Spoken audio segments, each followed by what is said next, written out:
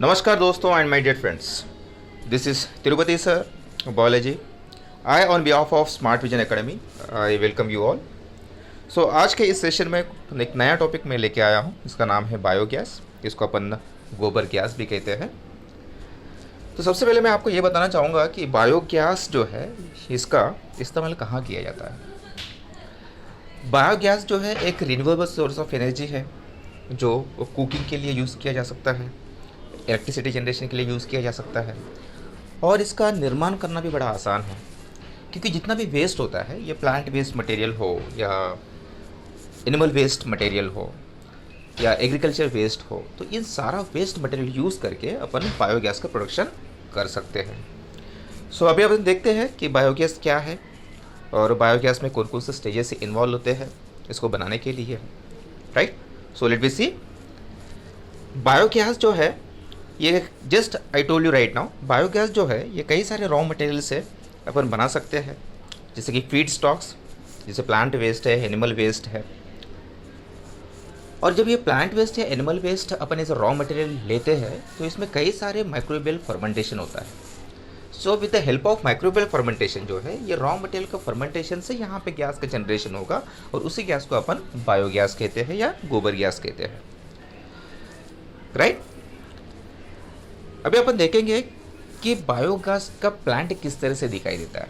So before will discuss about the biogas plant, अगर आप यहाँ पे देख रहे होंगे, बायोगैस प्लांट जो है ये एक्चुअली एक सीमेंट कंक्रीट का बना होता है जो कि सिलेंड्रिकल शेप होता है।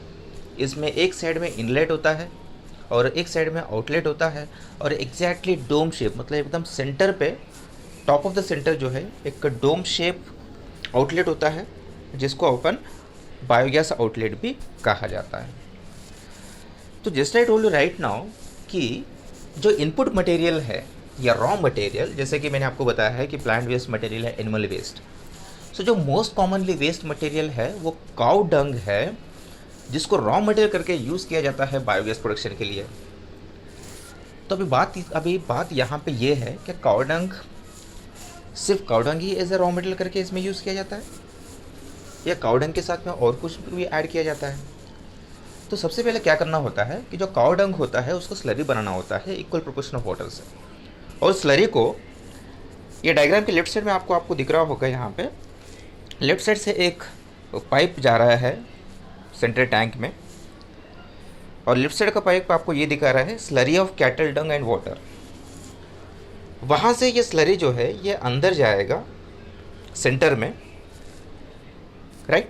और वहाँ पे कई सारे माइक्रोब्स का इन्वॉल्वमेंट होगा और ये माइक्रोब्स उसका फर्मेंटेशन करेंगे और आफ्टर फर्मेंटेशन जो है वहाँ से गैस निकलेगा और गैस जो है एकदम बीचों बीच जो है वो ऊपर से बाहर आएगा।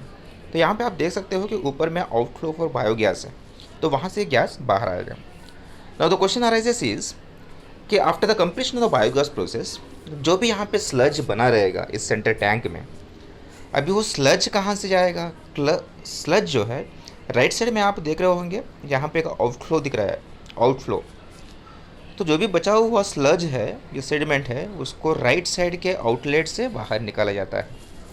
तो इस तरह से बायोगैस का जनरेशन किया जा सकता है, राइट। अभी बायोगैस प्रोडक्शन में आप देखोगे कि इसमें 3 स्टेजेस इन्वॉल्व होती हैं। कौन कौन से स्टेजेस इन्वॉल्व होती है। सबसे पहले होता है हाइड्रोलाइसिस, सेकंड होता है एसिडोजेनेसिस, थर्ड होता है मिथेनोजेनेसिस। नाउ हाइड्रोलाइसिस में क्या होगा, एज वी नो दैट कि जो भी रॉ मटेरियल अपन यहाँ पे लेंगे, प्लांट मटेरियल या वेस्ट मटेरियल, तो उसका हाइड्रोलाइसिस होगा। अभी इस हाइड्रोलाइसिस प्रोसेस में कई सारे anaerobic micro organisms which belongs to pseudomonas या क्लॉस्ट्रीडियम, ये स्पीसीज के माइक्रो ऑर्गेनिजम्स इस रॉ मटेरियल के ऊपर एक्ट करेंगे और उस रॉ मटेरियल को वो कन्वर्ट करेंगे मोनोमर्स में। Monomers means for example raw material is the richest source of the proteins है, कार्बोहाइड्रेट्स है एंड द फैट्स है। So when the microbes act on these sources like the carbohydrates, proteins and fatty acid, or we can say lipids, so they are respectively converted to, for example, carbohydrate is converted to the monomers like sugars proteins are converted to amino acids, and the fats are converted to lipids. So in this way, by means of the hydrolysis, when the microbes acts on the raw material, these carbohydrates are converted to sugars, proteins are converted to amino acids, and fats are converted to fatty acids, right? Now in the second step, that is acidogenesis. The name itself indicates acido मतलब acid, genesis formation. तो यहाँ पे acid का formation होता है. तो first step में अपने पास क्या क्या बना था, वहाँ पे कार्बोहाइड्रेट से मोनोमर लाइक शुगर बना था, प्रोटीन से अमीनो एसिड बना था, और फैट से फैटी एसिड बना था. अभी एसिडोजेनेसिस में क्या होगा, एसिडोजेनेसिस में ये मोनोमर्स का फर्दर फर्मेंटेशन होगा by means of the obligate organisms और द एनारोबिक और facultative organisms. So this acidogenic bacteria they will act on these monomers and they will convert these monomers into the acids like the acetic acid or the formic acid. So this is the second step where the monomers are converted to the acids like formic acid or acetic acid. The last step is methanogenesis. Now whatever the product that is formed in the second step, that is acids like the formic acid or the acetic acid, so in the third step methanogenic bacteria is involved like the methanobacteria, the methanococcus. This bacteria which is involved to act on the acids which are formed earlier in the second step. So methanogenic bacteria क्या करेगा, यह acid के ऊपर act करेगा और उसको methane gas में convert करेगा, right. So this is here in this way there is a formation of the methane gas, जिसको अपन बायोगैस भी कहते हैं. अभी बायोगैस में क्या सिंपल मीथेन ही रहता है क्या? बायोगैस एक कंपोजिशन है जिसमें मीथेन के साथ साथ में कार्बन डाइऑक्साइड भी रहता है, हाइड्रोजन सल्फाइड भी रहता है, कार्बन भी रहता है और हाइड्रोजन और कार्बन डाइऑक्साइड भी रहता है. लेकिन उसमें जो 50 से 60% होता है ये मीथेन गैस होता है, राइट. ये मीथेन गैस होता है. तो इस तरह से बायोगैस का निर्माण किया जा सकता है. No what are the advantage of this biogas?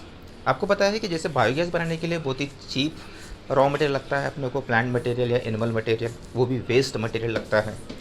तो ये बायोगैस बनाने के लिए अपने को ज़्यादा एक्सपेंडिचर की ज़रूरत नहीं है, ना ही कोई एक्सपेंस इन्वॉल्व होता है इसमें.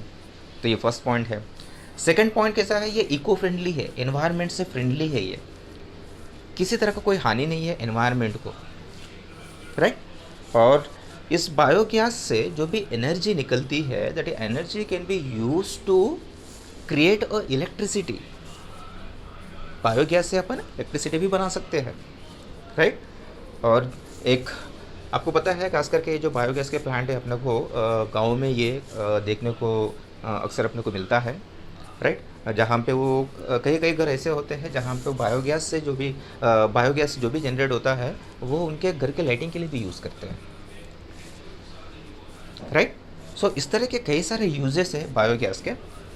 और आपने देखा है कि बायोगैस क्या है, बायोगैस का निर्माण किस तरह से की जाती है, बायोगैस का प्रोडक्शन किस तरह से होता है, कौन से स्टेप्स इन्वॉल्व होती है. So this is all about the biogas और द गोबर gas, right. Hope you guys are enjoying this session. Thank you very much. Thank you.